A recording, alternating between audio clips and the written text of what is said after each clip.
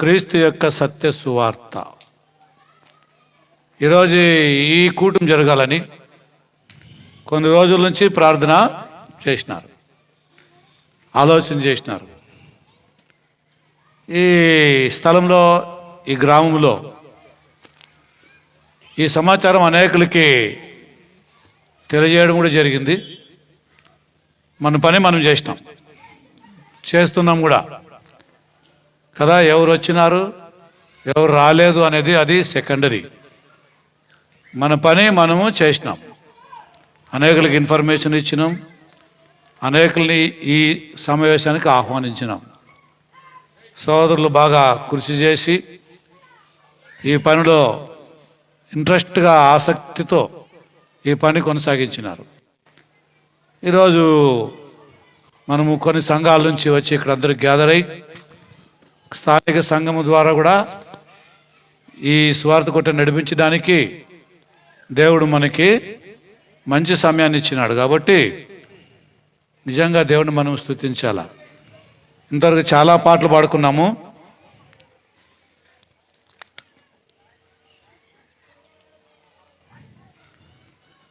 ఇంతవరకు మనం చాలా పాటలు పాడుకున్నాం. దేవునికి మహిమ కదా.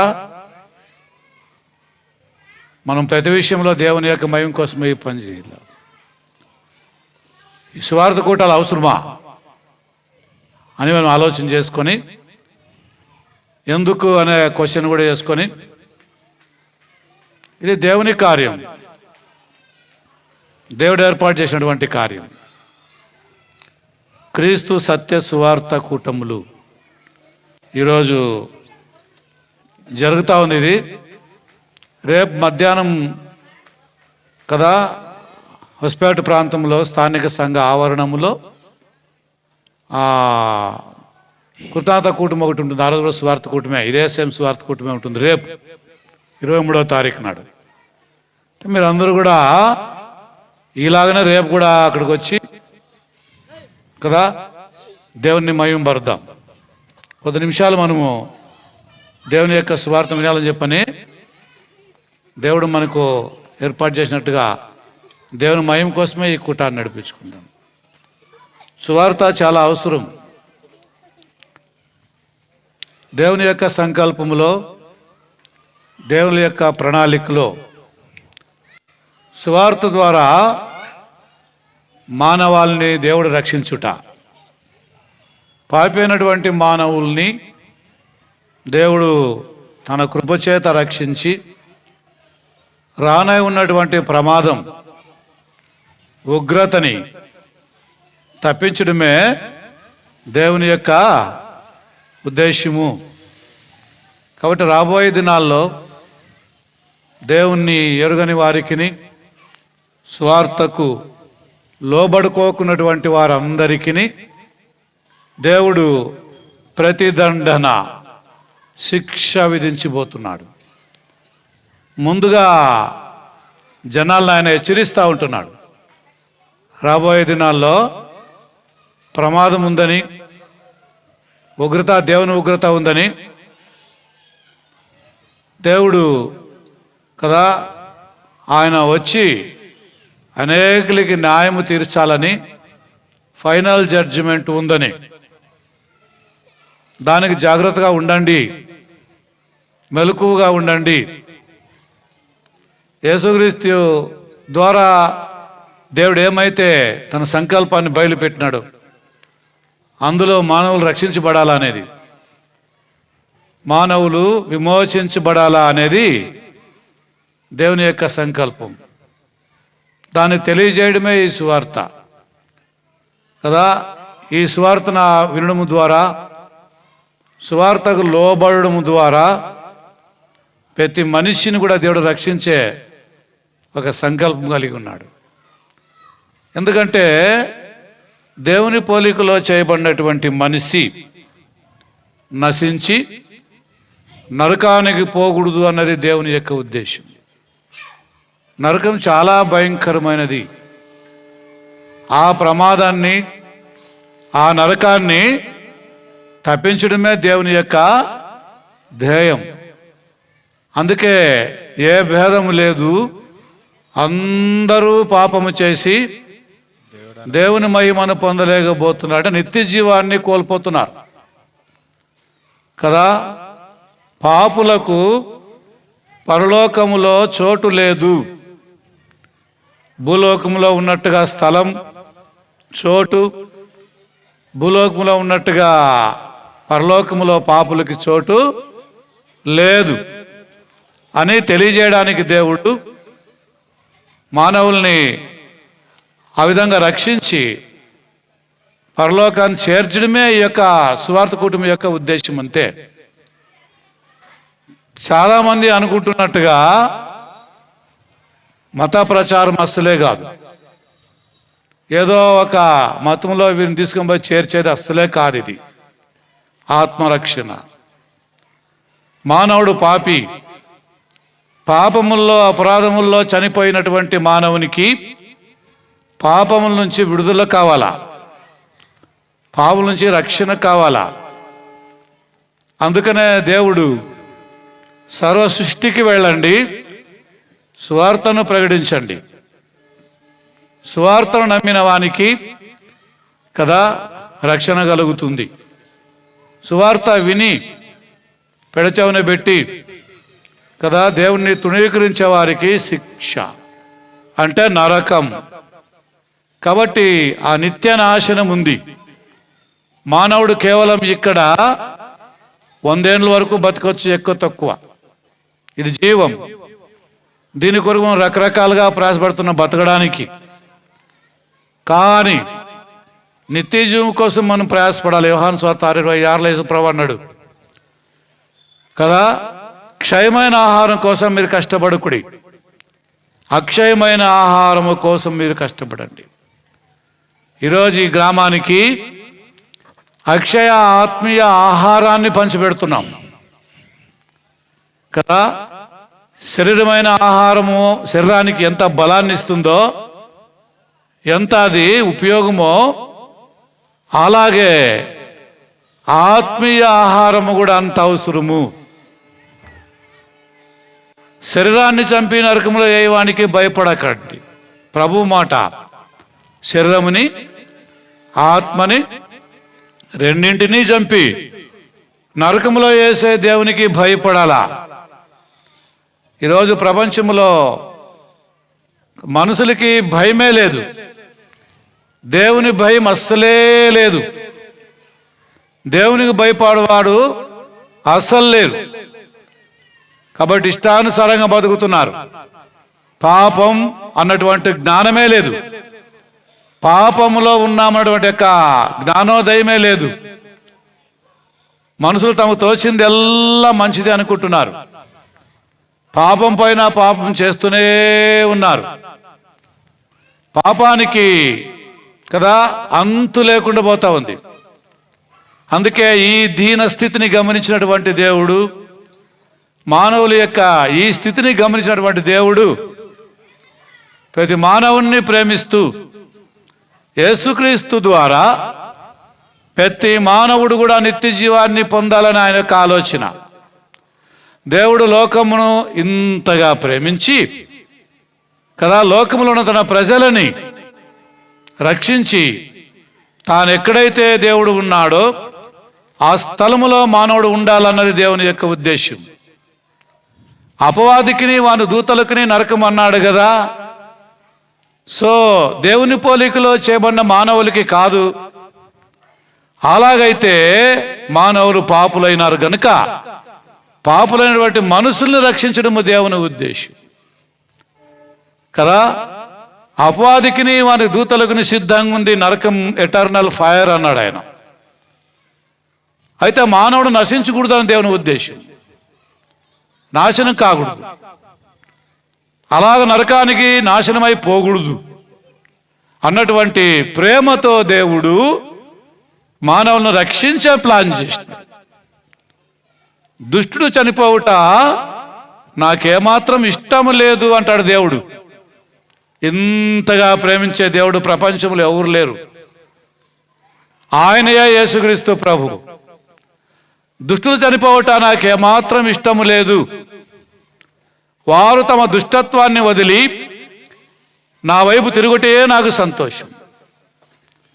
దుష్టుడు తన దుష్టత్వాన్ని పనులన్నీ వదిలిపెట్టాలి.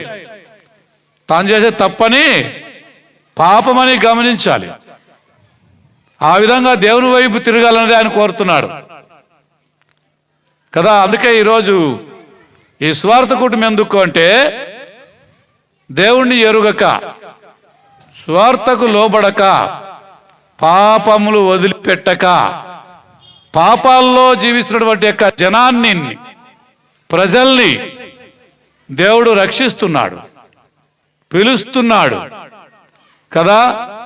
లోబడనొల్లని జనముల వైపు దినమెల్లా నా చేతులు చాస్తున్నాను అంటున్నాడు దేవుడు. అదే ఈరోజు ఈ సువార్త కదా. ఏ మతానికి, ఏ కులానికి, భాష, రంగు, ఊరు, గ్రామం, కోవకు, కులానికి సంబంధించిన వారు అయినప్పటికీ కూడా ఏ భేదము లేదు. అందరూ పాపము చేసి ఉన్నారు గనుక, అందరూ నిత్య జీవాన్ని కోల్పోయి ఉన్నారు గనుక, అలాగ మానవ కోటిని రక్షించి నిత్య జీవాన్ని ఇవ్వడానికే దేవుడు యేసుక్రీస్తుని శిలువలో అలాగా బలి చేశాడు. మరణభయము చేత, నరక భీతి చేత, అపవాది యొక్క భయము చేత పీడించబడుచున్నటువంటి మానవులను, మనుష్యులను రక్షించుట పరలోకపు దేవుని యొక్క సంకల్పం.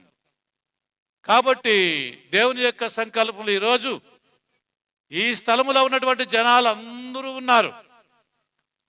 ప్రతి మానవుడు కూడా దేవుని యొక్క ప్రణాళికలో ఉన్నాడు కదా. దేవుడు అందరినీ రక్షించాలనే ఉద్దేశంతోనే ఈ మంచి సువార్త కూటాన్ని ఏర్పాటు చేసి ఉంటున్నారు.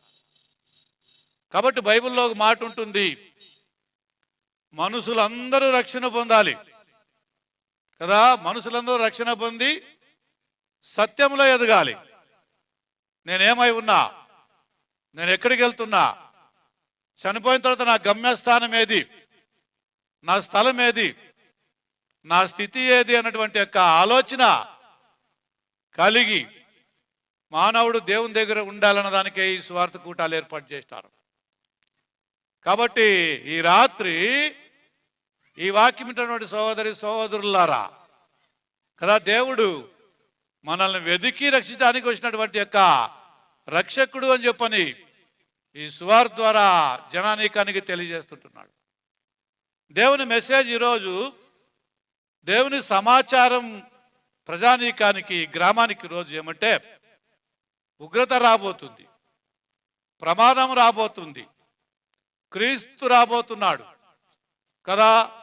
దేవుడు యేసుక్రీస్తులు ఏమైతే చేసినాడో కదా, ఆ రక్షణ పొందకుండా మనం ఒకవేళ తిరస్కారం చేస్తే నాశనం కావాల్సి ఉంటుంది కదా, నిత్య జీవాన్ని పోగొట్టుకోవాల్సి ఉంటుంది. కాబట్టి దేవుడు పాపులను వెదికి రక్షించి తన నిత్య జీవాన్ని వారికి ఇచ్చి తనతో కూడా పరలోకములో ప్రతి మానవుణ్ణి పెట్టుకోవాలని, మనుషులందరూ రక్షించబడాలా అన్నప్పుడు అందరూ ఆయన్ని నమ్మితేనే ఇది జరిగేది. అందరూ ఆయనలో విశ్వాసం ఇస్తేనే కదా. మరి ఎందరైతే తను అంగీకరిస్తారో వారందరికీ రక్షణ లభ్యమవుతుంది దేవునిలో. నమ్ముకోకుని వాళ్ళ స్థితి చాలా భయంకరంగా ఉంటుంది. బైబిల్ అంటుంది, దేవుని ఎరుగని వారికి ప్రతిదండన ఆయన చేయబోతున్నాడు. సువార్తకు లోబడుకోకున్నటువంటి వారిని శిక్షిస్తున్నాడు, ప్రతిదండన దేవుడు చేయబోతున్నాడు. కాబట్టి ఆ దేవుని యొక్క ఉగ్రత ఉంది అని, న్యాయ తీర్పు ఉందని, ఆ విమర్శ దినం ఉందని జనాలు ఆ విధంగా దేవునికి భయపడి దేవుడు ఏర్పరిచినటువంటి యొక్క రక్షణ పొందుకునే ఉద్దేశంతోనే ఈ స్వార్థ కూటాలు జరిగేది. మరి వేరే ఉద్దేశం ఇందులో ఏమి ఉండదు. చాలా మంది అనుకున్నట్టుగా ఇదేదో మత ప్రచారం అని కాదు, ఇదేదో మత మార్పిడి కానే కాదు, ఇదేదో ఒక మతానికి వచ్చిన కొత్త బోధ అసలే కాదు. యేసుక్రీస్తు ప్రభుని గురించి బైబిల్ అంటుంది, ఆయన అందరికీ ప్రభు, కొందరికే కాదు. ఎందరైతే తనను అంగీకరిస్తారో వారందరికీ ఆయన ప్రభు. అందరి కొరకు ఆయన ప్రాణం పెట్టినాడు. అందరి కొరకు యేసు ప్రభు రక్తాన్ని కార్చినాడు. ప్రభువులు అనబడిన వారును, దేవతలు అనబడిన వారును లోకములో ఉన్నను మానవుల కొరకు రక్తము కార్చినటువంటి దేవుడు ఎవ్వరు లేరు. మానవుల కోసం ప్రాణం పెట్టినటువంటి యొక్క రక్షకుడు ఎవరు లేరు. యేసు అనగా రక్షకుడు, తన ప్రజలని వారి పాపముల నుంచి రక్షించువాడు. కాబట్టి నిజంగా యేసే రక్షకుడు. యేసులో పాప క్షమాపణ ఉంది, యేసుక్రీస్తులో రక్షణ ఉంది, యేసుక్రీస్తులో విమోచన ఉంది, యేసుక్రీస్తులో నిత్య జీవం ఉంది, యేసుక్రీస్తులో పరలోకం ఉంది. అందుకే ఆ దేవుడు మానవుడుగా భూలోకానికి వచ్చి నశించే ప్రతి మానవుడు కూడా పరలోకపు నిరీక్షణలో ఉండాలని, సర్వ సృష్టికి వెళ్ళండి, సువార్తను ప్రకటించండి, నమ్మి బాప్తిసం పొందిన వానికి రక్షణ, నమ్మని వానికి శిక్ష అని ఈరోజు ఇక్కడ ఈ సువార్త ప్రకటిస్తున్నారు. క్రీస్తుకు పూర్వం కొన్ని వందల సంవత్సరాల క్రితం దేవుడు ఒక ప్రవక్తని ఒక గ్రామానికి, ఒక పట్టణానికి పంపుతూ కదా, దుర్గతి దానికి సమీపించింది. త్వరలోనే ఆ ప్రజలు నాశనం అయిపోతున్నారు. ఎందుక అంటే అక్కడ వాక్యం చెప్తుంది, వారి యొక్క పాపం ఆకాశానికి అంటిపోయింది. వారు పాపాలు మితి లేకుండా అయిపోయినాయి. వారు చేసే పనులకి వాళ్ళకి ఆకాశానికి పాపాలు చెప్పిన బైబిల్ చెప్తుంది. మా పాపములు మాకు తలకు మించి ఉన్నవని చెప్పిన హెచ్చరిక గ్రంథంలో అంటాడు. కాబట్టి ఎంత ఘోర పాపులైనా రక్షించేవాడు దేవుడు. ఎలాంటి పాపినైనా కానీ దేవుడు పాపాలు పరిహరించడానికే, క్షమాపణ ఇవ్వడానికే దేవుని యొక్క ప్రేమ ఈరోజు అనేకులను ప్రేరేపిస్తూ ఉంది. కాబట్టి ఈరోజు ఈ రాత్రి వింటున్న సువార్త ద్వారా ఉగ్రతను గురించి దేవుడు మనతో మాట్లాడుతున్నాడు. రాబోయే ప్రళయమును గురించి మాట్లాడుతున్నాడు. క్రీస్తు యొక్క రెండవ రాకడ అన్నటువంటి ప్రమాదాన్ని గురించి దేవుడు చెప్తున్నాడు. నువ్వు జాగ్రత్తగా ఉన్నావా? నీవు హుషారుగా ఉన్నావా? మెలకువగా ఉన్నావా? క్రీస్తు రాకడకు సిద్ధంగా ఉంటున్నావా? లేకపోతే నువ్వు నాశనం కాబోతున్నావు. ఏమి చేసినా లోకములో నీకు విమోచన ఉండదు. పాపులు రక్షించడానికే యేసు ప్రభు భూలోకానికి రావడం జరిగింది కదా. ఇది తెలుసుకొని మానవుడు దేవుని దగ్గరికి రావాలా. ఆ గ్రామం యొక్క, ఆ పట్టణం యొక్క పాపం విపరీతమైపోయింది. అస్సలు దేవుని భయం లేదు. కీర్తనలో చెప్పినట్టుగా దేవుడు లేడని బుద్ధిహీనులు అనుకుంటారు కదా. చెడిపోయిన వారు, అసహ్య కార్యములు చేయవారు, మేలు చేయవాడు లేడు, ఒక్కడు లేడు, నీతిని అనుసరించి వాడు లేడు, దేవుని వెతుకు వారు ఎవరైనా కలదేమో అని దేవుడు తొంగి చూస్తుండగా మనుషులందరూ కూడా చెడిపోయినారు. మనుషులందరూ కూడా త్రోవ తప్పి నాశనానికి పోతూ ఉంటున్నారు. ఇలాంటి మానవుల్ని రక్షించడమే దేవుని ఉద్దేశం. ఇక ఆ 40 రోజుల్లో 40 డేస్లో మీరు మార్పు నొందకపోతే, మనసు మార్చుకోకపోతే, మారు మనసు పొందకపోతే, మీ పాపాలు వదిలిపెట్టకపోతే, మీ అతిక్రమాలు విడిచిపెట్టకపోతే, మీ దుష్టత్వాన్ని మానకపోతే నశిస్తారు, మీరు నాశనం అవుతారు. జాగ్రత్త. అందుకే దేవుణ్ణి నమ్మండి. యోహాను 8:24 ప్రకారంగా నేను క్రీస్తునని మీరు నమ్మకుండా మీ పాపాల్లో చనిపోతే దాని పర్యవసానం భయంకరంగా ఉంటుంది. యేసు దేవుడని, దేవుని కుమారుడని హృదయంలో విశ్వసించాలా కదా. అందుకనే నోటితో ఆయన ఒప్పుకోవాలి. అందుకే దేవుడు మానవుడుగా భూలోకానికి రావడం జరిగింది. ఈ ప్రవక్త అలా ప్రకటించినాడేమని, ఇక 40 రోజుల్లో ప్రమాదం వస్తుందని, ప్రళయం వస్తుందని, దేవుని ఉగ్రత వస్తుందని మీరు మార్పు నొందాలా, దేవుని వైపు తిరగాల, లేకపోతే మీరు నశిస్తారు, నాశనమైపోతారు. లూకా 13:5 ప్రకారంగా మారు మనస్సు మీరు పొందకపోతే, దేవుని వైపు మీరు తిరగకపోతే మీరు కూడా నశించిపోతారు, మీరు కూడా చనిపోతారు. చనిపోతే దాని పర్యవసానం భయంకరంగా ఉంటుంది, మోక్షం లేదు. మన ఆలోచనలు అన్నీ కూడా మోక్షాన్ని ఇవ్వవు కదా. అందుకే యేసు అన్నాడు, నేనే మార్గం, నేనే సత్యం, నేనే జీవం, నా ద్వారా తప్ప కదా పరలోకాన్ని ఎవ్వరూ చేరుకోలేరు. ఇలా ఘంటాఘోషంగా పరలోకం ఇచ్చేవాడు నేనని, నా ద్వారా తప్ప ఎవరు పరలోకానికి రారని చెప్పినటువంటి నిజదేవుడు క్రీస్తు. అలాగా నేను నీకు పరలోకం ఇస్తున్నా అని చెప్పినటువంటి రక్షకుడు దేవుడు ఎవరు కానరారు. ఎందుకంటే యేసు ప్రభు పరలోకం నుంచి మానవుడుగా భూలోకానికి వచ్చినాడు. పరలోకానికి తిరిగి ఆయన ఎక్కిపోయినటువంటి దేవుడు. అందుకే ఆయన వెళ్ళిపోతూ అంటున్నాడు, నేను మీకు స్థలం సిద్ధపరుస్తున్నాను. కాబట్టి దేవుడు ఉండే స్థలములో, ఆ పరలోకంలో మనమును ఉండాలా అంటే మరి దేవుని నమ్మాలి కదా. విగ్రహాలు నమ్ముకుంటే మోక్షం లేదు కదా. అందుకనే ఈ లోకంలో విగ్రహం వట్టిది, జీవము కలిగిన దేవుడు ఒక్కడే ఉన్నాడు. ఆ దేవుడు మాట్లాడేవాడు, ఆ దేవుడు పాపుల్ని రక్షించేవాడు, ఆ దేవుడే మానవుడుగా భూలోకానికి వచ్చి పాపుల కొరకు రక్తము కార్చినాడని చెప్పిన బైబిల్ చెప్తుంది. అందుకనే దేవుడు తన స్వరక్తము కార్చాడు మన కొరకు. యేసుప్రభు అన్నాడు యోహాను సువార్త 10వ అధ్యాయములో, నా గొర్రెలు సమృద్ధి అయిన జీవము కలిగి ఉండాలా, అవి జీవము కలిగి ఉండాలని నేను వాటి కోసం నా ప్రాణం పెడుతున్నాను అన్నాడు. కాబట్టి తల్లి తండ్రులు పిల్లలు కదా, ఎవరు ఒకరికొకరు ప్రాణం పెట్టరు కదా, అందరికీ భయమే ప్రాణం పెట్టుట అంటే. అయితే యేసుక్రీస్తు ప్రభు మానవ కోటి కోసం ప్రాణం పెట్టినటువంటి జగద్రక్షకుడు ఆయన, రక్తము గార్చినటువంటి దేవుడు ఆయన. ఆయన నమ్ముకుంటే నిత్యత్వం కదా, మోక్షం. యేసులో విశ్వాసము ద్వారా మనము మార్పును దేవుని వైపు తిరిగి క్రీస్తు రక్తమున మన పాపాలు కడుక్కోవాలనేది దేవుని యొక్క ఉద్దేశం. అందుకనే దేవుడు ఈరోజు మనందరినీ ప్రేమిస్తున్నాడు, ఈ గ్రామంలో ఉండే జనాలందరినీ ప్రేమిస్తున్నాడు. రమ్మనేందుకు పిలుస్తా ఉంటున్నాడు. ప్రయాసపడి భారం మోసుకొని వారలారా నా యొద్దకు మీరు రండి, నేను మీకు విశ్రాంతినిస్తాను అంటున్నాడు ఆయన. నా యొద్ద కూర్చొని నేర్చుకోనండి, నా బోధ చాలా సులువు, చాలా తేలిక అని ప్రభు అంటున్నాడు. కాబట్టి పిల్లారా, అందుకనే ప్రేమ కలిగిన దేవుడు ఈ రాత్రి మనతో మాట్లాడుతున్నాడు.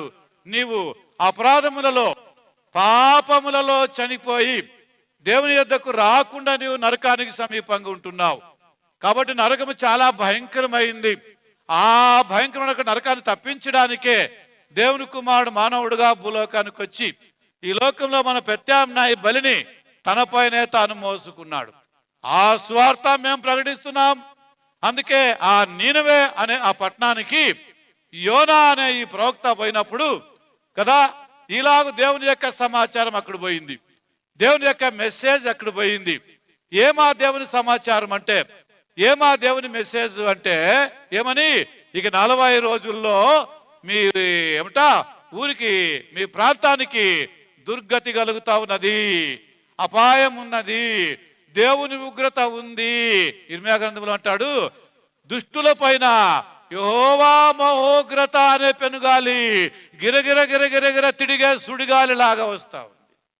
కాబట్టి మనం ఎవరు కూడా నశించకూడదు. అందుకే ఆయన కోపం చాలా భీకరంగా ఉంటుంది.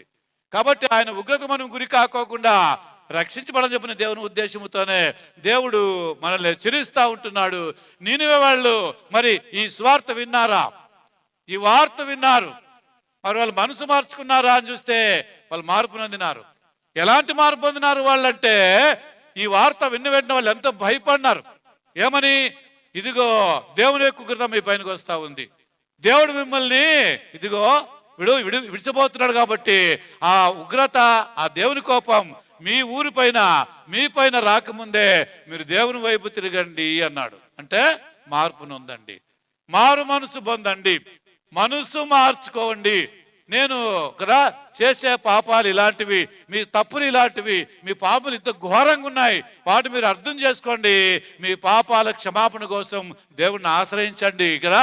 ఇక 40 రోజుల్లో మాత్రమే మీకు అవకాశం అని చెప్పని అక్కడ ప్రవక్త దేవుడు చెప్పినప్పుడు, ఆ వార్త ఆ నీనివే పట్టణస్థులకు చెప్పినప్పుడు వాళ్ళు దాన్ని విన్నారు. వాళ్ళు ఎంతగా మారు మనసు పొందినారంటే యోవేలు 2:13 అంటుంది, వాళ్ళు పైన వస్త్రాలు మాత్రమే కాకోకుండా హృదయములో వారు హృదయాన్ని చింపుకొనిరి అని, హృదయములో నొచ్చబడిరి, హృదయములో వాళ్ళంట హట్ అయిపోయినారు, బాధపడుతున్నారు. ఏం చేయాలి మేము? ఈ విభ్రాంతి నుంచి, ఈ ప్రమాదం నుంచి ఎవరు రక్షిస్తారు? ఇక యోనా అన్నాడు, మీకు వేరే వే లేదు. దేవుడే ఇక దేవుని దగ్గర రాకపోతే మీకేం లేదు, ఈ పాపలను విడుదలేసం లేదు. కాబట్టి మీ పాపాలకి క్షమాపణ, మీరు రక్షణ పొందాలా, మీరు ఆ ఉగ్రతను తప్పించుకోవాలంటే వెంటనే మీరేం చేయండి? మార్పు నొందండి. ఈ రోజుల్లో కూడా చాలా మందికి ఈ మార్పు అనేది లేదు. మారు మనసు దేవునికి కావాలా? మారు మనసు లేకోకుండా లోకంలో ఎంత కాలం జీవించినా కానీ యేసుక్రీస్తు యొక్క దేవుని యొక్క ఉగ్రతకి గురి కావాల్సి ఉంటుంది. ఆ నినివే వాళ్ళు మళ్ళీ ఈ మాట విన్నారా? ఈ మాట విని మార్పు నొందినారా? దేవుని వైపు తిరిగినారా అని చూస్తే బైబిల్ బాగా చెప్తుంది, వాళ్ళు తమ దుష్టత్వాన్ని వదిలిపెట్టేస్తారు. దానికి నిదర్శనంగా వాళ్ళు ఏం చేశారంటే, చిన్న పిల్ల మొదలుకొని, చిన్నపిల్ల అంటే పాలు తాగే పసిపాప మొదలుకొని ఆ దేశపు యొక్క రాజు వరకు కూడా భోజనపానాలు మానేసినారు. వీళ్ళు ఏం మానేసినారు? అన్నపానాలు మానేసినారు. నిజంగా ఉపవాసం ఉంటున్నారు, దేవునికి ప్రార్థన చేస్తా ఉన్నారు, మమ్మల్ని కరుణించుమని, మమ్మల్ని రక్షించుమని, మా పాపాలు పరిహరించుమని దేవుణ్ణి వాళ్ళు పశ్చాత్తాపంతో అడుగుతుంటున్నారు. బైబిల్ అంటే అది 32 కీర్తనలో, తన అతిక్రమాలకు పరిహారం నొందినవాడు ధన్యుడు, తన పాపలకు ప్రాయశ్చిత్తం నొందినవాడు ధన్యుడు. ఈరోజు ఇక్కడ అందించే సువార్త ఇదే. మీ పాపాలకు పరిహారం ఉంది, మీ అతిక్రమాలకి మీరు పశ్చాత్తాపడి దేవుని వైపు తిరిగితే మీకు రక్షణ మార్గాన్ని దేవుడు చూపిస్తున్నాడు. అది యేసుక్రీస్తులో ఉన్నది. యేసుక్రీస్తు ద్వారానే మనకి విమోచన. మళ్ళీ మీరు మార్పు నొందరా? మనసు మార్చుకోరా? ఆ పశువులు కూడా గడ్డి తినేది మానేసినాయంట. ఆ ఊర్లో పసి పిల్లలు కూడా పాలు తాగేది మానేసినారు. రాజు కూడా భోజనపానాలు మానేసినాడు. ఎవరు కూడా భోజనపానాలు తినకుండా అందరూ కూడా ఉపవాస ప్రార్థనలు చేస్తున్నారు. ఉపవాసముతో క్షమాపణ కోసం దేవుని అడుగుతున్నారు. దేవునికి ఇది కావాలా? ఆ జ్ఞాన కాలాన్ని దేవుడు చూసి చూడనట్టుగా ఉండేను గాని, ఇప్పుడైతే అంతటా అందరూ మారు మనసు పొందాలి. దేవునికి కావాల్సింది ఇదే. అంతటా అందరూ మారు మనసు పొందాలి. మారు మనసు పొందకపోతే నశించిపోతారు, మారు మనసు పొందకపోతే నాశనం అవుతారు, విడువబడతారు అని చెప్పినప్పుడు ఆ నీనివే పట్టణస్థులు అందరూ తమ పాపాలని వదిలిపెట్టేసినారు, పాపాలని విడిచిపెట్టినారు, తాము పాపులుగా గ్రహించినారు. అందుకనే వారు దేవుని వైపు తిరిగినారు కదా, తమ మనసు మార్చుకున్నారు. ఇక వారికి ప్రమాదం తప్పయింది, వారికి నాశనం తప్పయింది. ఇక వాళ్ళకి ఇక భయం లేదు కదా. చాలా బాధపడుతున్నారు, పశ్చాత్తాపడుతున్నారు. దేవా మమ్మల్ని కాపాడమని. మా పాపాలు నిజంగా ఆకాశాన్ని అంటి ఉన్నాయి, క్షమింపరానటువంటి ఘోరమైన పాపాలు అవి. క్షమిస్తే నీవే. క్షమించడానికి యెహోవాను మించినటువంటి దేవుడు మరొకడికా? ఆయనే క్షమించేవాడు. మారు మనసు పొందిన ప్రతి ఒక్కరిని ఆయన క్షమిస్తాడు. ఈ రాత్రి నీనివే మహాపట్నాన్ని, ఆ పట్టణ ప్రజల్ని, మారు పొందిన ఆ ప్రజలు రక్షించినటువంటి దేవుడే పిలుస్తా ఉన్నాడు. మార్పు నొందవా? మనసు మార్చుకోవా? నీ పద్ధతులు మార్చుకోవా? పాపాలు వదిలిపెట్టవా? దేవుడు అంటున్నాడు, వారు గొంతుగా తెరిచిన సమాధి, వారి నోట శాపం, కపటం, వారి యొక్క కార్యాన్ని కూడా పాపాలే, ఎటు చూసినా పాపమే. ఆ రోజుల్లో మాదిరిగా ఈ రోజుల్లో కూడా అంతే ఉంది. మన చుట్టూ పాపాలే ఉంటున్నాయి. చాలా భయంకరంగా జనాలు జీవిస్తా ఉన్నారు. అసలు భయం లేకున్నారు, విచ్చలవిడిగా పాపాలు చేస్తున్నారు. హబక్కూకు 1వ అధ్యాయంలో అంటున్నాడు ఆయన, దేవా నేను ఎందుకు ఈ ఘోరాలు నేను చూడాలి, ఈ అతిక్రమలు ఎందుకు చూడాలా? ఎక్కడ చూసినా ఏమంటా జనాల పైనకి జనం, రాజ్యాల పైనకి రాజ్యం, అవినీతి, అనీతి, దేవుని భయం అసలు లేదు, వాక్యం భయం అసలు లేదు. ఏమి జనాల యొక్క సంగతి? ఇది ఇలాగనే పోతుండాలా? నీతి లేదు, న్యాయం లేదు, న్యాయ విధులకు కాలమే లేదు. న్యాయం అనుసరించే వారిని జనాలు ద్వేషిస్తున్నారు. ఏంది ప్రభా ఇది? ఏంటి దుర్గతి?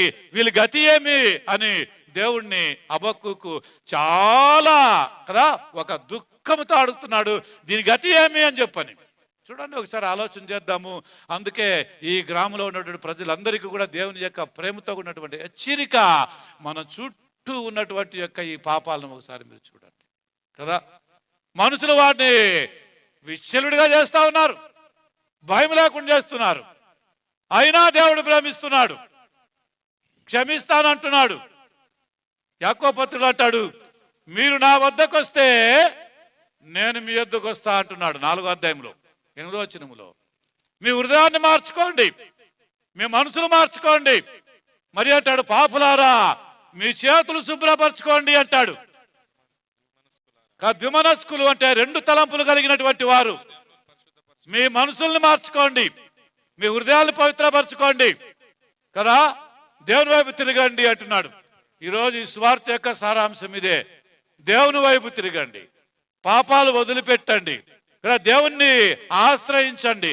ఎందుకంటే యేసుక్రీస్తు ప్రభు మానవుల కోసము తాను మానవుడిగా భూలోకానికి వచ్చినాడు. దేవుడు మానవుడిగా దిగొచ్చినాడు.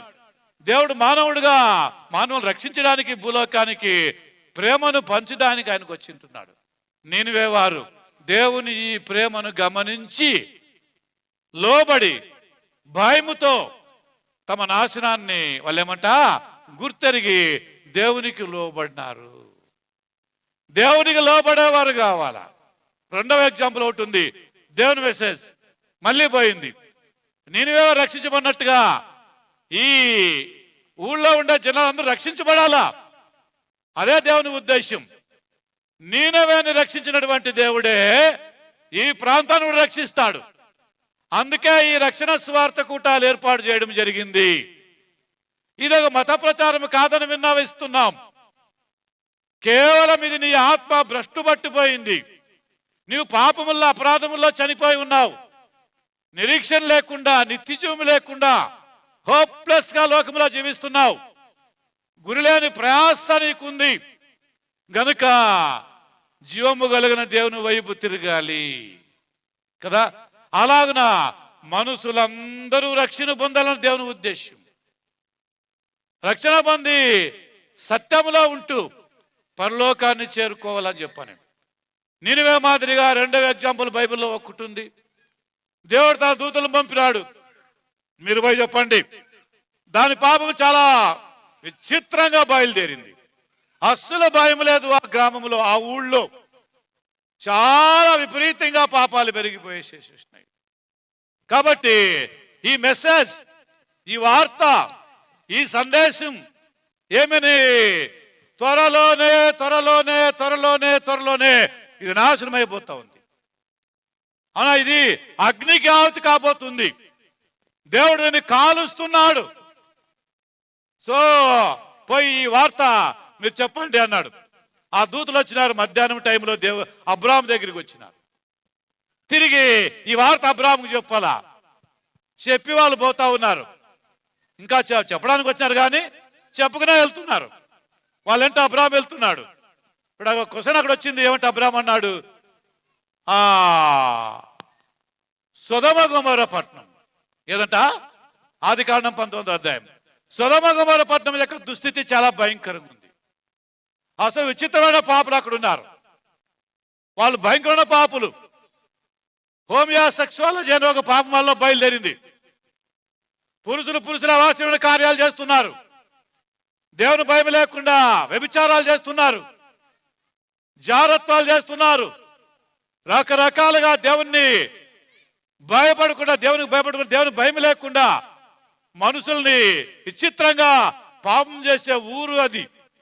దేవుడు చూసి చూసి చూసి అవకాశం ఇచ్చి చాలా అవకాశం ఇచ్చినాడు. ఎందుకంటే ఆ పట్టణంలో లోత్ అనే ఒక నీతిమంతుల ఫ్యామిలీ ఉంది. కొందరు నీతిమంతులు అక్కడ ఉన్నారు. వాళ్ళ ద్వారా ఆ ఊరికి ఒక ఛాన్స్ దేవుడు ఇవ్వబోతున్నాడు. అయితే వాళ్ళు లోబడి జనాలు కాదు. ఎవరైనా దేవుని పిల్లలు వారి ఇంటికి వస్తే వారిని విచిత్రంగా హింస పెడుతున్నారు, పాపం చేయడానికి ప్రేరేపిస్తున్నారు. సొదొమ గొమొర్రా యొక్క ఈ పట్టణం యొక్క దుస్థితి చాలా భయంకరంగా, పాపము చాలా భయంకరంగా అయిపోయింది. అందుకనే ఇక దేవుడు తీర్పు తీర్చేసినాడు. దేవుడు ఇక న్యాయం తీర్చేస్తున్నాడు. దీనికి శిక్ష విధించాలా తప్పకుండా. కీర్తనలో ఉన్నాయి, ఎవని పాపం వారినే పట్టుకుంటుంది. అందుకే దావీదంటాడు, నేను దురభిమాన పాపంలో నేను పడకుండా నన్ను కాపాడు అని. ఇప్పుడు ఈ సొదొమ గొమొర్రాను కాపాడేవాడు దేవుడు ఒక్కడే. చాలా అవకాశాలు ఇచ్చినా వాళ్ళు దాన్ని వాడుకోలేదు కదా, దేవునికి భయపడలేదు కదా. ఇప్పుడు దేవుడు ఆఖర్ ఛాన్స్ ఏమని అయిపోయింది, డిసైడ్. ఇచ్చిన అవకాశాలన్నీ వాళ్ళు కోల్పోయిస్తున్నారు. ఈ గ్రామంలో ఉన్నటువంటి వారికి చెప్పేది ఏమంటే, దేవుని ఉగ్రత ఈ విధంగా మన పైన వస్తా ఉంది. ఈ సువార్త చాలా సార్లు మీరు అక్కడక్కడ విని ఉంటారు. అయినా ఈరోజు మీకు దేవుడు మరొక హెచ్చరిస్తున్నాడు మనందరికి కూడా. ఏమని? ఆ రోజు ఆ సొదొమ గొమొర్రాని దేవుడు అగ్నితో కాల్చేస్తానంటున్నాడు, అగ్నిగంధకాలు కురిపిస్తానంటున్నాడు. ఎందుకంటే ఆ గ్రామంలో, ఆ సొదొమ గొమొర్రా అనే పట్టణంలో నీతిమంతులు ఉన్నారు కాబట్టి ఇంతవరకు ఆ ఊరోళ్ళు బతికినారు. లేకపోతే ఎప్పుడో దీన్ని డిసైడ్ దేవుడు చేసేవాడు. ఇక్కడ కూడా సేమ్ అదే. సువార్త ప్రకటించబడతా ఉంది కాబట్టి ఇంతకాలం ఇక్కడ జనాలు క్షేమంగా ఉన్నారు అనుకుంటున్నారు. కానీ దేవుని కుక్క చెప్తుంది ఏమని? క్రీస్తు రాబోతున్నాడు, యేసు అనే ప్రాయం రాబోతుంది, యేసు అగ్ని జ్వాలల్లో రాబోతున్నాడు, మధ్యాకాశంలో ప్రత్యక్షం కాబోతున్నాడు. దేవుని ఎరుగని వారికి శిక్ష, స్వార్థకు లోబడిన వారికి శిక్ష. స్వార్థకు లోబడి తప్పులు తెలుసుకొని పాపిని గ్రహించి మార్పు నొంది దేవుని వైపు తిరిగినటువంటి ఆ నినివే రక్షించబడినారు కదా. వాళ్ళు మారినారు గనుక, మార్పు నొందినారు గనుక, దేవుని వైపు తిరిగినారు గనుక, పాపాలు గ్రహించినారు గనుక, పశ్చాత్తాపంతో వచ్చినారు గనుక దేవుడు వారిని దృష్టించినాడు, దేవుడు వారిని కనికరించినాడు. ఆయన కృపావాత్సల్యత కలిగిన వాడు. ఏ కీడైతే నేను వారికి చేయాలనుకున్నాడో వాళ్ళు మార్పు నొందిన దానికి ఆ కీడును తొలగిస్తా ఉన్నాడు. ఇక 40 రోజులు కదా, వారు ఎప్పుడు కూడా ఇక నాశనం కారన్నాడు. అది మనకు మంచి ఎగ్జాంపుల్ ప్రియులారా. ఈరోజు మన స్థితి ఎలాగుంది? అపరాధముల్లో, పాపాల్లో చనిపోయిన వారిని దేవుడు హెచ్చరిస్తున్నాడు. యేసు ప్రభు యొక్క 2వ రాకడ దగ్గరైంది. ఆయన ఆగమనం చాలా సమీపంలో ఉంది. ఆయన ఎప్పుడొస్తాడో తెలియదు. ఆయన రాకడ ఏ జామునో తెలియదు, ఏ దినమో తెలియదు. గనుక పిల్లారా, ఈ వార్త వింటున్నటువంటి గ్రామస్తులారా, యేసులో విశ్వాసం ఉంచండి, మనసు మార్చి దేవుని వైపు తిరగండి, యేసును దేవుని కుమారుడుగా అంగీకరించుకోండి. మీ పాపక్షమాపణ కోసం దేవుని యొక్క ఉద్దేశాలు నెరవేర్చండి, బాప్తిస్మం పొందండి, సర్వ సృష్టికి వెళ్ళండి, సువార్తను ప్రకటించండి. నమ్మి బాప్తిజం పొందిన వానికి రక్షణ, నమ్మని వానికి శిక్ష అని అన్నాడు కదా. కాబట్టి ఆ మంచి యొక్క సువార్త తెలియజేయడానికి ఈరోజు ఈ సభ ఏర్పాటు చేయబడింది.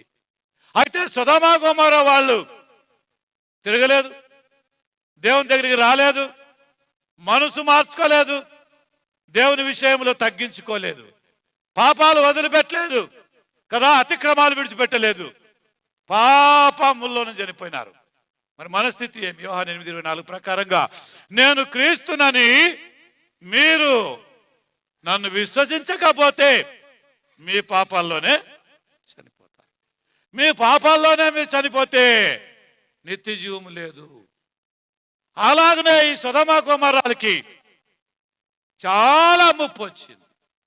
లోతుతో అన్నాడు దేవుడు, లోతు కుటుంబంతో అంటున్నాడు దేవుడు, నీవు, నీ భార్య, నీ పిల్లలు కూడా ఇక్కడి నుంచి బయలుదేరండి. నేను చెప్పేంత వరకు మీరు వెనక్కి చూడకూడదు. సో ఆ సోయర్ అని ఒక లోయ ఉంది కదా మీ పట్టణానికి దూరంగా, అక్కడ మీరు పరిగెత్తండి, పరిగెత్తు పోండి అంతే, వెనక్కి చూడొద్దండి. దేవుడు ఆ గ్రామాన్ని కాల్చేస్తున్నాడు, ఆ పట్టణాన్ని సొదొమ గొమొర్రాని కాల్చేస్తున్నాడు. వెనక్కి చూడొద్దండి. వెనక్కి చూస్తే మీరు మీ శాపానికి, మీ పాపానికి, మీ నాశనానికి మీరే జవాబుదారులు. దేవుడు చెప్పినాడు. ఈ విధంగా ఆ లోటు భార్య పరిగెత్తా ఉన్నారు పిల్లలు, ఒకరినొకరు పరిగెత్తున్నారు. ఎట్టి సందర్భంలో వెనక్కి చూడకూడదు, వెనక్కి చూడకూడదు. వెనక్కి చూస్తే ప్రమాదం ఉంది, నాశనం అయిపోతారు.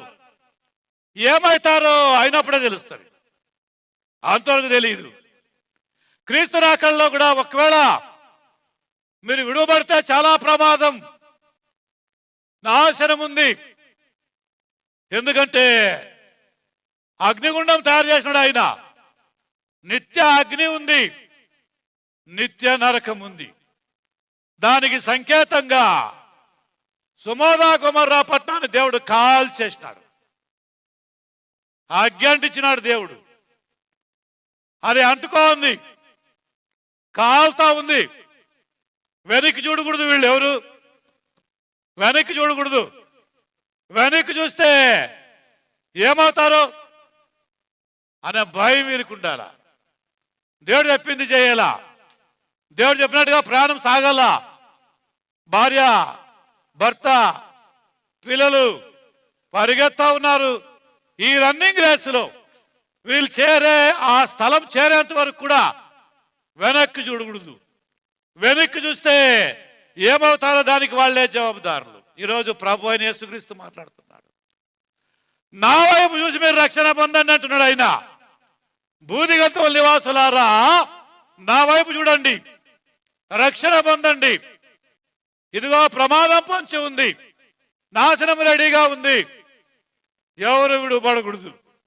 మనుషులందరూ రక్షణ పొందాలా. మనుషులందరూ కూడా ఏం కావాలా? క్రీస్తులో నిత్య జీవాన్ని పొందాలి. దేవుని సంకల్పం. లోతు పరిగెడుతున్నాడు, లోతు భార్య పరిగెడుతుంది, వెనుక వాళ్ళ యొక్క కుటుంబం పరిగెడతా ఉంది. అందరూ బాగానే పరిగెత్తా ఉన్నారు. వెనక్కి చూడకూడదు అని దేవుని యొక్క ఆజ్ఞ అది. వీళ్ళేం చేసినారు? ఎవరు వెనక్కి చూడలేదు కదా, భయంతో పరిగెత్తున్నారు. భయం వాళ్ళు పరిగెత్తున్నారు. ఎందుకంటే దేవుడు చెప్పినాడు కదా, ఇదేదో ఉంది అబ్బో, ఎందుకు మనకెందుకు వచ్చిందేం కదా, అక్కడ పొమ్మన్నాడు కదా, ఎక్కడే సోయర్ యొక్క లోయ పొమ్మన్నాడు కదా, అక్కడ పోయినా చూద్దాంలని అందరూ పోతున్నారు కదా. అయితే ఒక మాత్రం యేసు ప్రభు అన్నాడు లోతు భార్యని, లూకా సువార్త 10:32లో, లోతు భార్యని మీరు జ్ఞాపకం చేసుకోండి అన్నాడు. అసలు ఆమె ఏమైంది? లోతు భార్య ఏమైపోయింది? ముందు భర్త, వెనుక భార్య, భర్తకు ముందు పిల్లలు, అందరూ పరిగెత్తా ఉన్నారు. భార్య అందరూ పరిగెత్తా ఉన్నారు. ఒకరు చూడకూడదు. బాగా పరిగెత్తానే నీకు చూడకూడదు, మెల్లిగా పరిగెత్తద్దని నీకు చూడకూడదు కదా. నీ మటుకు నువ్వు పరిగెత్తు. ఎక్కడికి? నీ ఆ ప్రొటెక్షన్ ఏరియా పరిగెత్తు, ఆ సోయర్ లోపల పరిగెత్తు.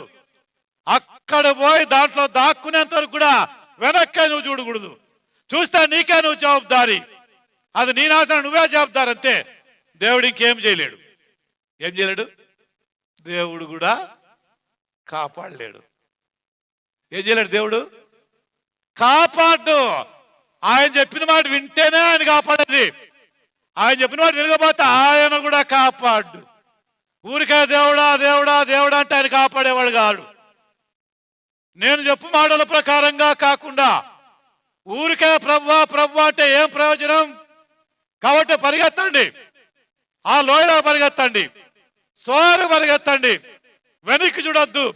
వెనక్కి చూడితే కదా హుషార్, నీకు నువ్వే హుషార్, నీకు నువ్వే జవాబుదారి. భార్యకు భర్త జవాబుదారి కాదు, భర్తకు భార్య జవాబుదారి కాదు, పిల్లలకు తల్లిదండ్రులు జవాబుదారి కాదు, ఎవరికి ఎవరు జవాబుదారులే కాదు. ఎవరు మట్టుకు వాళ్ళు పరిగెత్తాలా, వాళ్ళు సేఫ్టీ కోసం అంతే. అందుకే అన్నాడు కదా, తన ప్రాణమును పోగొట్టుకున్నవాడు దీన్ని పోగొట్టుకుంటాడు కదా. దేవుని ఆజ్ఞ ఎవరైతే మీరుతాడో వాడు తన ప్రాణాన్ని పోగొట్టుకుంటాడు, ఖచ్చితం ఇది. నువ్వు వెనక్కి చూడొద్దు అన్నాడు. అయితే గబుకున వెనక్కి చూసింది. ఎవరామె? లోటు భార్య వెనక్కి చూసింది. ఇంకెక్కడైపోయింది లోతు భార్య. అందుకే ప్రభు అన్నాడు, జ్ఞాపకం చేసుకోండి. ఏం చేయాలట? జ్ఞాపకం చేసుకోండి. ఎందుకన్నాడు తెలుదా మీకు? లోతు భార్య ఏమైంది? స్తంభం అయిపోయింది, స్టాచ్యూ అయిపోయింది, నిర్జీవం అయిపోయింది, ప్రాణవలేంది అయిపోయింది, ఉప్పు స్తంభం అయిపోయింది. చూసుకోలేదు భార్యని, అమ్మని చూసుకోలేదు. పిల్లలు, అమ్మ లేదు, నాన్న లేడు, భార్య లేదు, భర్త లేడు. ఎవరి రక్షణ వాళ్ళదే. యేసుని మీరు నమ్ముతారా? మీకే రక్షణ. భార్య అయినా, భర్త అయినా, బిడ్డ అయినా, ఎవరైనా, ఎవరికి ఎవరు సంబంధమే లేదు ఆత్మికమైన విషయాల్లో. అందుకే దేవుడు అన్నాడు, లోకముని ఎంతో ఆయన ప్రేమించి అందరి కోసం యేసు ప్రాణం పెట్టాడు. అయితే ఈ వెనుక చూసింది. ఈరోజు చాలా మంది లోకములో జనాలు వెనక్కి చూస్తా ఉన్నారు, తమ పాపాలని చూస్తా ఉన్నారు, పాపాలు వదిలిపెట్టలేక లోకంలో జీవిస్తా ఉన్నారు. నిజంగా లోకాశ, శరీరాశ, నేత్రాశ, జీవముడంబనే పాపాన్ని చూస్తా ఉన్నారు.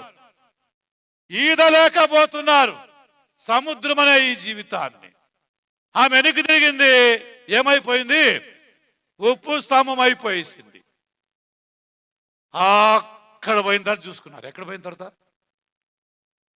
ఏ స్థలం చేరాలో ఆ స్థలంలో చేరుకున్న తర్వాత అప్పుడు అమ్మయ్య వచ్చేసినాం. ఎక్కడికి? దేవుడు చెప్పిన సొదొమ గొమొర్రా వదిలిపెట్టి ఎక్కడికి వచ్చేసినాము? దేవుడు చెప్పిన స్థలానికి వచ్చేసినాం. ఇంకేం అయిపోయింది? బచావ్ అయిపోయినాం. అందరూ బచావ్ అయిపోయినారు. ఎంతమంది? లోటు బచావ్ అయిపోయినాడు, లోతు పిల్లలు బచావ్ అయిపోయినారు. తీరా చూసుకుంటే ఎవరు లేరాడా? భార్య, ప్రేమించే భార్య, ప్రేమించిన భార్య, బోయ్ నామగుడు నామగుడు నామగుడు అని ఎందుకు చూసింది. అంతే. ఇంకా ఏమైపోయింది? మొగుడు కాపాడుతాడు ఇప్పుడు, మొగుడు రక్షిస్తాడు ఇప్పుడు, మొగుడు విమోచిస్తాడా? చూస్తే భార్య వెనక లేదు. చరిత్రలో కూడా కదా, ఇప్పుడు కూడా బైబిల్ హిస్టరీలో డిస్కవర్లో కనిపెట్టినారు. ఇప్పుడు కూడా ఆ ఉప్పు స్తంభం అక్కడే ఉందంటే జ్ఞాపకార్థంగా. దాన్ని చూస్తేనే నిజంగా చాలా మందికి అమ్మా ఏమైపోయింది? ఈమె లోతు భార్య ఉప్పు స్తంభం అయిపోయింది, నిర్జీవం అయిపోయింది, స్టాచ్యూ అయిపోయింది, బొమ్మ అయిపోయింది. పిల్లరా, యేసులో నిత్య జీవం ఉంది. యేసు మాట మనం వింటే కదా, ఆయన ఆజ్ఞకు లోబడితే ఆయన చెప్పినట్టుగా మనల్ని మనం రక్షించుకుంటాం, లేకపోతే రక్షించుకోలేము. సొదొమ గొమొర్రా యొక్క స్థితి ఇంత భయంకరంగా ఉంది కదా. వాళ్ళంతా మొత్తం కాలిపోయినారు. అక్కడ పోయి చూస్తే ఆ పట్టణం యొక్క అగ్గి కాలి బూడిదైపోయి పొగ చిన్నగా కనబడుతుంది. ఎవరికి? లోతుకి. అమ్మా ఏడుంది సొదొమ? ఎక్కడుంది? పోయింది. సొదొమ గారు నాశనం అయిపోయింది కదా.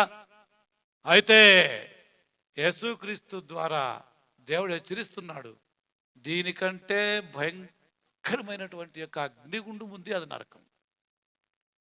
పిరికివారు, అసహ్యులు, విగ్రహార్థికులు కదా, వీళ్ళందరూ కూడా త్రాగుబోతులు, మొత్తము పాపులందరూ కూడా అగ్ని గంధకాలతో మండే గుండంలో పాలు పొందుతారు. ఇది రెండవ మరణం. రెండవ మరణం అనే నరకం కాసుకొని కూర్చోంది. పాతాళం రెడీగా నోరు దసుకొని కూర్చోంది ప్రతి ఒక్కరు మింగడానికి. అందుకనే ఏం చేయాలట? సువార్తను నమ్మండి, యేసు వైపు తిరగండి, దేవుణ్ణి నమ్మండి. మీ పాపాల్లో మీరు చనిపోతే లోతు భార్యను జ్ఞాపకం చేసుకోండి. ఎవరిని? సొదొమ గొమొర్రాను జ్ఞాపకం చేసుకోండి. అలాగున ఆమె నాశనం అయిపోయింది. భర్త ఆమెను కాపాడలేదు, పిల్లలు ఆమెను కాపాడలేదు, ఎవరు కాపాడక సాధ్యమే లేదు. దేవుడు నమ్ముకుంటే నా భార్య నమ్ముకుంటే సార్లే అంట, నా మొగుడు నమ్ముకున్నాడు సార్లే అంట, వాళ్ళు ఒకవేళ పరలోకం పోతే వాళ్ళంటే నేను కూడా తోక గిక్క పడుకొని పోతానులేంట. ఇలాంటివేమి కుదరవు. ఎవరు దేవుడు నమ్మితే వాళ్ళకే రక్షణ. ఎవరు క్రీస్తు రక్తంలో పాపాలు కడుక్కుంటారో వాళ్ళ పాపాలే పరిహారం. అందుకే మనుషులందరూ రక్షణ పొందాలా కదా అనే దేవుని యొక్క ఉద్దేశం. దానికి ఒక చిన్న 4 ఎగ్జాంపుల్ చెప్పి ముగిచ్చేస్తాను. నేను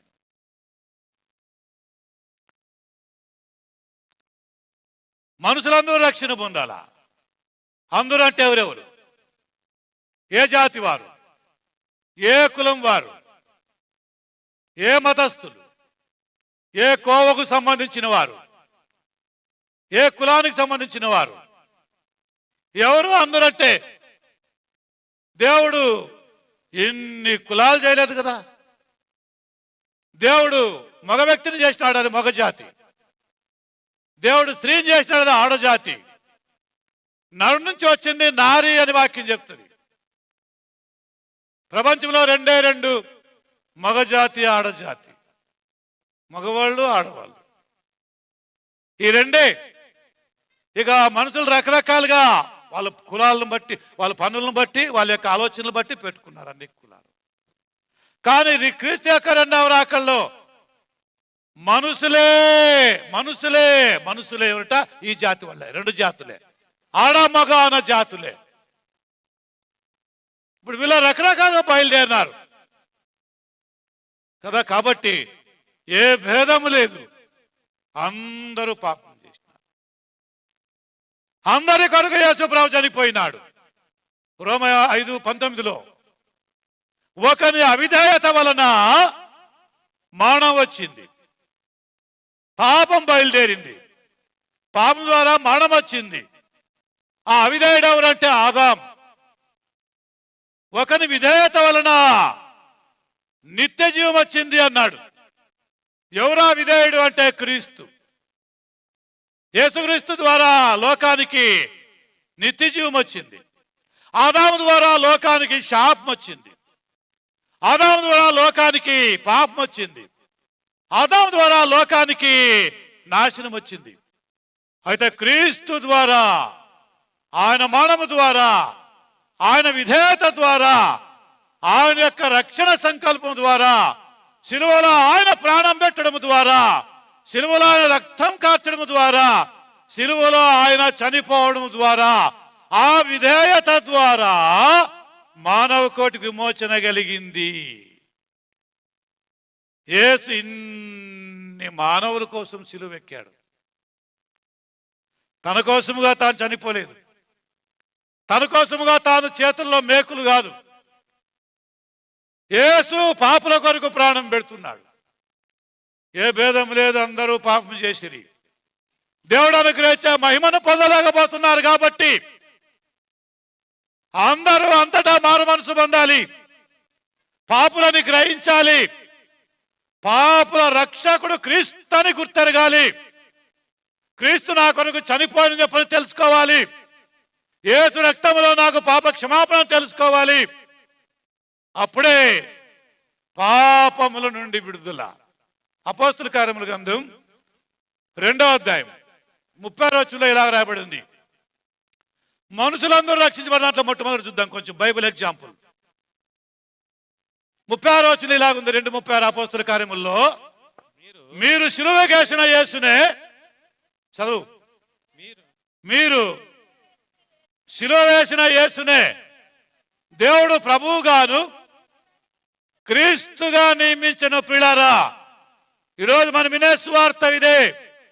ఆయన సిలువకి మనమే వేసినాం, ఆయన సిలువలో మేకులకు మనమే కొట్టినాం, ఆయన పక్కలో బల్లెపోటు మనమే కొట్టినాం, తలపైన ఆయన ముళ్ళగిట్ట మన ద్వారానే అని ఆ సువార్త మొదట ప్రకటించబడుతుంటే అక్కడ చాలా మంది ఏమైనారు? బాధపడినారు, పశ్చాత్తాపన్నారు. ఏమని? నిజంగా సిలువకేసింది మేమే అని వాళ్ళకి అర్థమైంది. ఎంత చెప్పినా ఈరోజు కొంతమందికి అర్థమే కాదు. మా దేవుడు గాడు, ఆయన దేవుడైతే సిలువుకి ఎందుకు వేయాల, ఆయన ఎందుకు సిలువలో చనిపోవాలని ఈ వక్ర మాటల్లో ఉన్నారే గాని నా కొరకు సిలువలో దేవుడు ఆయన్ని అలాగనా బంధించనని చెప్పిన ఆలోచించారు కొంతమంది. మన పాపాల క్షమాపణ కోసం ఆయన ఆ విధంగా సిలువమాను ఎక్కాల్సి వచ్చింది అని అంటున్నాడు. మీరు సిలువ వేసిన యేసుని అంటున్నాడు. ఈరోజు గుర్తెరగండి, చాలా మంది యేసును మనమే సిలువ వేసినాం, అయితే ఏం చేయాల వాళ్ళు అన్నారు. ఆయన నిజంగా మేమే ఆయన సిలువకేసినాం, మేమే ఆయన్ని చంపినాం. మాకు ఈ తెలివి లేకపోయింది, ఈ జ్ఞానం మాకు లేకపోయింది, ఇది మాకు అర్థమే కాలేదు. అయితే మా ఈ ఘోర పాపాలు, ఈ పాపం క్షమించబడాలంటే ఏం చేయాలి మేము చెప్పి అడిగినారు. అప్పుడు పేతురు అన్నాడు, 35 వచనంలో అంటున్నాడు అక్కడ ఆయన అంటే, మీరు మారు మనసు పొంది ప్రతివాడు కూడా పాపక్షమాపణ కోసం ఏం చేయాలి? తండ్రి, కుమార, పరిశుద్ధాత్మ యొక్క నామములో బాప్తిస్మం పొందండి. ప్రభు చెప్పింది అదే. సర్వసృష్టికి వెళ్ళండి, సువార్తను ప్రకటించండి, నమ్మి మార్పు పొందిన వానికి రక్షణ, నమ్మడానికి శిక్ష. మొదటి ఇక్కడ జరిగింది. ఆ రోజు ఈ స్వార్థ విన్నటువంటి వాళ్ళు 3000 మంది బాప్తిస్మం పొందిరి అని అక్కడుంది. ఎన్ని వేల మంది? ఈ 3000 మంది ఎవరంటే యూదులు. ఎవరిల్లు? యూదులు. అమ్మో, ప్రపంచంలో యూదుల చరిత్ర చాలా ఘనతకెక్కింది. యూదులంటే చాలా క్లవర్స్, ధైర్యశాలుడు, అందగాళ్ళు, మంచి రిచ్, దేవుని యొక్క ఆశీస్సులు పొందిన వాళ్ళు, దేవుని దీవెనలు పొందిన వాళ్ళు, దేవుని ప్రజలు వీళ్ళు, దేవుని జనముగా స్వాస్థ్యముగా పిలువబడేవారు వీళ్ళు. అలాంటి యూదులు 3000 మంది బాప్తిసం పొందినారు. బైబుల్ అంటది మనుషులందరిలో మొట్టమొదట మనుషులు వీళ్ళు. దేవుడు కోరుకున్న జనాంగం వీళ్ళు, దేవుని యొక్క జనం వీళ్ళు, దేవుని యొక్క స్వాస్థ్యం వీళ్ళు. రెండవ ఎగ్జాంపుల్ ఉంది బైబిల్లో. అపోస్తల కార్యముల గ్రంథం 8వ అధ్యాయములో ఒక గాడివాడు, ఒక మాంత్రికుడు, సీమోన్ అనే ఒక గాడివాడు కదా, అక్కడ సువార్త విన్నాడు, యేసుక్రీస్తుని గురించి విన్నాడు, ఆ బాప్తిసం పొందినాడు, రక్షించబడినాడు. బైబిల్ అంటది మనుషులు అందరిలో రెండేవాడు గాడివాడు. ఎవరట? గాడి, మాంత్రికుడు కదా, కానుకాడులు చేసేవాడు, హిప్నాటిజములు చేసేవాడు, మంత్రాలు చేసేవాడు, తంత్రాలు చేసేవాడు. ఆ సమరాయిలో తానే మహా వ్యక్తి అనుకునేవాడు, తానే గొప్ప వ్యక్తి అనుకునేవాడు. అలాంటి వాడు కూడా బాప్తిసం పొందినాడు. యేసు అన్నాడు, సర్వసృష్టికి వెళ్ళండి, సువార్త ప్రకటించండి, నమ్మిన వానికి రక్షణ. తర్వాత అదే 8వ అధ్యాయంలో కదా 36, 37 వచనాల్లో ఒక మంత్రి బాప్తిసం పొందినాడు. ఎవరా మంత్రి అంటే ఎవరైనా కదా, నపుంసకుడు. ఆయన పేరు అక్కడ రాయబడలేదు. ఈయన ఫైనాన్షియల్ మినిస్టర్. ఎవరట? ఆర్థిక మంత్రి కదా. దేశంలో ఆర్థిక మంత్రి ఉంటాడు కదా, డబ్బును పంచిపెట్టేవాడు, దేనికి చెప్పని. అట్లాంటి ఒక ఆర్థిక మంత్రి, ఫైనాన్షియల్ మినిస్టర్ కదా, నపుంసకుడు సువార్త విన్నాడు. బైబిల్ అంటది అది అపోస్తలుల 8:36లో లేఖనమును అనుసరించి ఫిలిప్పు అతనికి సువార్తను ప్రకటించడం చెప్పనుంది.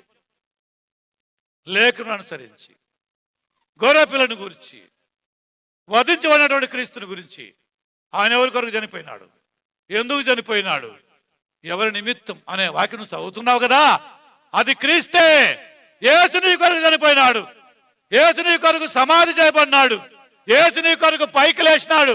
సో నువ్వు యేసుని నమ్మవా? యేసుని నమ్మతే నీకు క్షమాపణ, పాపముల విడుదల. లేకపోతే you are in dangerous position కదా, చాలా ప్రమాదంలోనే ఉన్నావు. ఆ నపుంసకుడు ఫిలిప్తో అంటున్నాడు, అయ్యా చెప్పింది బాగుంది, ఇదిగో నీళ్లున్నాయి, నేను ఓకే, నాకేం కావాలా? ఆత్మరక్షణ కావాలా, పాపక్షమాపణ కావాలా, విమోచన కావాలా, నేను చస్తే నాకు మోక్షం కావాలా, నేను చస్తే నా పరలోకం పోవాలా, మరి నువ్వు చెప్పిన మాట ప్రకారంగా ఇదిగో నీళ్లున్నాయి, నాకు బాప్తిజం ఆటంకం లేదు అన్నాడు. ఆ విధంగా ఇద్దరు నీళ్ళలోకి దిగరని చెప్పబడింది. యేసు అన్నాడు, సర్వసృష్టికి వెళ్ళండి, సువార్తను ప్రకటించండి, ఈ సువార్తను నమ్మిన వానికి, బాప్తిజం పొందిన వానికి రక్షణ. అదే ఈ రోజు ఇక్కడ ప్రకటించబడతా ఉంది. ఇది మతపచారం కాదు, మతానికి మార్చడం కాదు, ఇది ఏదో ఒక గుంపులో చేర్చడం కాదు. నీవు అందరూ కూడా పాపాల్లో అపరాధంలో చనిపోయినారు, విముక్తి లేకుండా ఉన్నారు, పాపులని గ్రహింపు లేకుండా ఉన్నారు. కాబట్టి అందుకనే దేవుడు సర్వసృష్టికి వెళ్ళండి, సువార్తను ప్రకటించండి, యేసు మరణాన్ని చెప్పండి, ఆయన సమాధిని ప్రకటించండి, ఆయన పునరుత్థానాన్ని ప్రకటించండి, దీన్ని నమ్మి బాప్తిజం పొందిన వానికి రక్షణ. ఇక 4వ ఎగ్జాంపుల్ ఉంది. అపోస్తలుల కార్యం 16వ అధ్యాయంలో ఇద్దరు ఉన్నారు. ఎవరంటే, మొదట లుదియా అనే ఒక స్త్రీ బాప్తిజం పొందింది. ఆమె ఇంటి వాళ్ళు బాప్తిజం పొందినారు. అక్కడ ఆమె గురించి మాట్లాడబడింది. ఆమె, నేను వాక్యమును నమ్మినాను కాబట్టి ఇదిగో నేను ప్రభువునందు విశ్వాసము గల దానిని మీరు ఒకవేళ నన్ను నమ్మినట్టయితే నా ఇంటికి రండినింది. ఆమె వారి ఇంటికి పిలిచిపోయింది, సువార్త వినింది, వాళ్ళు వాక్యం చెప్పినారు, ఆమె లోబడింది, తర్వాత బాప్తిస్మం పొంది రక్షణ పొందింది. ఇది దేవుని యొక్క సంకల్పం. తర్వాత అపోస్తలుల కార్యం 16:25లో జైలర్, ఎవరంట? జైలర్ అంటే జైలర్ సబ్ ఇన్స్పెక్టర్, ఒక జైలుకి అధికారి. ఆయన అండర్లో చాలా మంది ఉన్నారు. ఎవరు? ఖైదీలంతా ఉన్నారు, తప్పు చేసిన వాళ్ళు. జైలర్ బాప్తిజం పొందడం చాలా కష్టం. జైలర్ కూడా బాప్తిజం పొందుతా ఉన్నాడు. తన అధీనంలో చాలా మంది ఖైదీలు ఉన్నారు, అంత పాపాలు చేసిన వాళ్లే. సువార్త విన్నాడు అతను, అపోస్తలుని బాగా కొట్టాడు వాక్యం ఎరుగక. ఇప్పుడు తప్పు తెలుసుకున్నాడు, మనసు మార్చుకున్నాడు. చూద్దాం మాట 28 వచ్చిన అపోస్తలుల కార్యముల గ్రంథం 16:28 చూడండి. అప్పుడు పౌలు, నువ్వు ఏ హాని చేసుకోవద్దు, మేమందరం ఇక్కడే ఉన్నాం అది చెప్పాను. దీపము తెమ్మని వచ్చి పౌలు శిలకు సాగిలపడి తీసుకొని వచ్చాను. నేనేం చేయాలా? రక్షణ పొందడానికి నేనేం చేయాలా? What can I do? I to does, I will saved. నేను ఎట్లా రక్షించబడాలా? నా పాపాలు ఎలా క్షమించబడాలా? What can I to do to save? నా ఫ్యామిలీ, నేను నా పాపాలకు క్షమించబడి నేనేం చేయాలా అని అడుగుతున్నాడు. అలా అన్నారు. యేసులో విశ్వాసం, మారు మనసు పొందు, బాప్తిజం పొందు, రక్షించబడతావు. యేసేమన్నాడు? సర్వసృష్టికి వెళ్ళండి, సువార్తను ప్రకటించండి, నమ్మిన వానికి బాప్తిజం ఇవ్వండి, నమ్మిన బాప్తిజం పొందిన వానికి రక్షణ, నమ్మని వానికి శిక్ష విధించబడును అంటున్నాడు. కాబట్టి ఈ రాత్రి ఇది దేవుని సంకల్పము, ఇది క్రీస్తు యొక్క సత్య సువార్త యొక్క ఉద్దేశం. ఇదే. ఇక్కడ మనం ఏదో ఒక డ్రామా ఆడడానికి వచ్చామని చెప్పని ఈ ఊరోళ్ళంతా అనుకుంటున్నారేమో కదా. అదేమి కాదు. మీరు మీ పాపాల్లో చనిపోయినారు, మీ శాపాల్లో చనిపోయినారు. కాబట్టి పాపం నుండి విముక్తి కావాలా, విడుదల కావాలా, రక్షణ కావాలా? సువార్తను నమ్మండి, సువార్త నమ్మి ఒబేకండి, దేవునికి లోబడండి. బాప్తిజం పొందిన 3000 మంది యూదులు, బాప్తిజం పొందినటువంటి ఆ నపుంసకుడు, ఆయన పెద్ద శ్రీమంతుడు, ఆయన జైలాధికారి, ఒక వ్యాపారస్తురాలు, ఇట్లా అందరూ రకరకాల జనాలు, రకరకాల కులాలు, రకరకాల మనుషులు. అయితే అందరూ చేసింది ఒకే కార్యం. ఏది? ప్రభువుని నమ్మినారు, మారు మనసు పొందినారు, పాపక్షమాపణ కోసం బాప్తిస్ము పొందినారు. ఇది దేవుని యొక్క సంకల్పం. అలాగన తండ్రి అయిన దేవుడు కుమారుడు యేసు క్రీస్తులో భూలోకంలో మానవ కోటికి ఎలాగైతే ఈ రక్షణ సంకల్పాన్ని బోధించినాడు, దానినే ఈరోజు మనం కూడా బోధిస్తున్నాం, అంతే, వేరే ఏం లేదు. కాబట్టి ఈ వాక్యం వింటున్నటువంటి సోదరి సోదరులారా, ఈ గ్రామస్తులారా, మీకు తెలియజేసే ఒక శుభవార్త, యేసు మీ కొరకు చనిపోయినాడు, యేసు మీ కొరకు సమాధి చేయబడినాడు, యేసు మీ కొరకు, మన కొరకు, పాపులందరి కొరకు సమాధిని గెలిచి జయవీరుడుగా ఆయన లేచినాడు. కాబట్టి ఈ సువార్త విన్నటువంటి వాళ్ళు మారు మనసు పొంది కదా, దేవుని వైపు తిరిగి యేసుక్రీస్తుని దేవుని కుమారుడుగా అంగీకరించి పాపక్షమాపణ కోసం బాప్తిసం పొందినట్లయితే రక్షించబడతారు. ఇది దేవుని యొక్క ఉద్దేశం. అలాగున ఈరోజు ఈ మంచి కూటాన్ని ఏర్పరిచి ఇలాగన గ్రామస్తులు దేవుని తెలుసుకోవాలని, సువార్తను వినాలని, లోబడాలని, రానై ఉన్నటువంటి దేవుని యొక్క ఉగ్రత తప్పించుకోవాలని అందుకనే యేసుక్రీస్తు ప్రభు మధ్యాకాశంలో ప్రత్యక్షమవుతున్నాడు, ఆయన అగ్నిజ్వాలలో ప్రత్యక్షమవుతున్నాడు, ఆయన పరలోకం నుంచి ప్రత్యక్షమవుతున్నాడు. ఎవరి కోసం? రెండు సంగతులు. దేవుడు ఎరుగని వారికి, సువార్తకు లోబడని వారికి పెద్దండం చేస్తాడు. నరకం ఆయన చేతిలో ఉంది, ముక్తి ఆయన చేతిలో ఉంది. నరకము ఇచ్చేవాడు క్రీస్తే, తప్పించేవాడు క్రీస్తే, ముక్తినిచ్చేవాడు కూడా ఆయనే. కాబట్టి ఆ యేసుక్రీస్తు యొక్క స్వార్థ ఈ రాత్రి మీరందరూ విన్నారు కాబట్టి కదా, యేసుని విశ్వసించండి, యేసులో మారు మనసు పొంది దేవుని వైపు తిరగండి, పాపాలు వదిలిపెట్టేసేయండి, యేసు ప్రభుని దేవుని కుమారుడుగా నోటితో అంగీకరించండి. రానవని ఉగ్రతను తప్పించుకోవడానికి తండ్రి కుమార పరిశుద్ధాత్మను బాప్తిసం పొంది మీరు దేవుని చేత రక్షణ పొంది పరలోకానికి అర్హులు. ఇలాగ మీరు చేస్తారని నా ఉద్దేశం. ఇంతవరకు వాక్యాన్ని మీరు ఓపికగా విన్నందుకై యేసునామములో మీ అందరికీ, గ్రామస్తులందరికీ నా వందనాలు.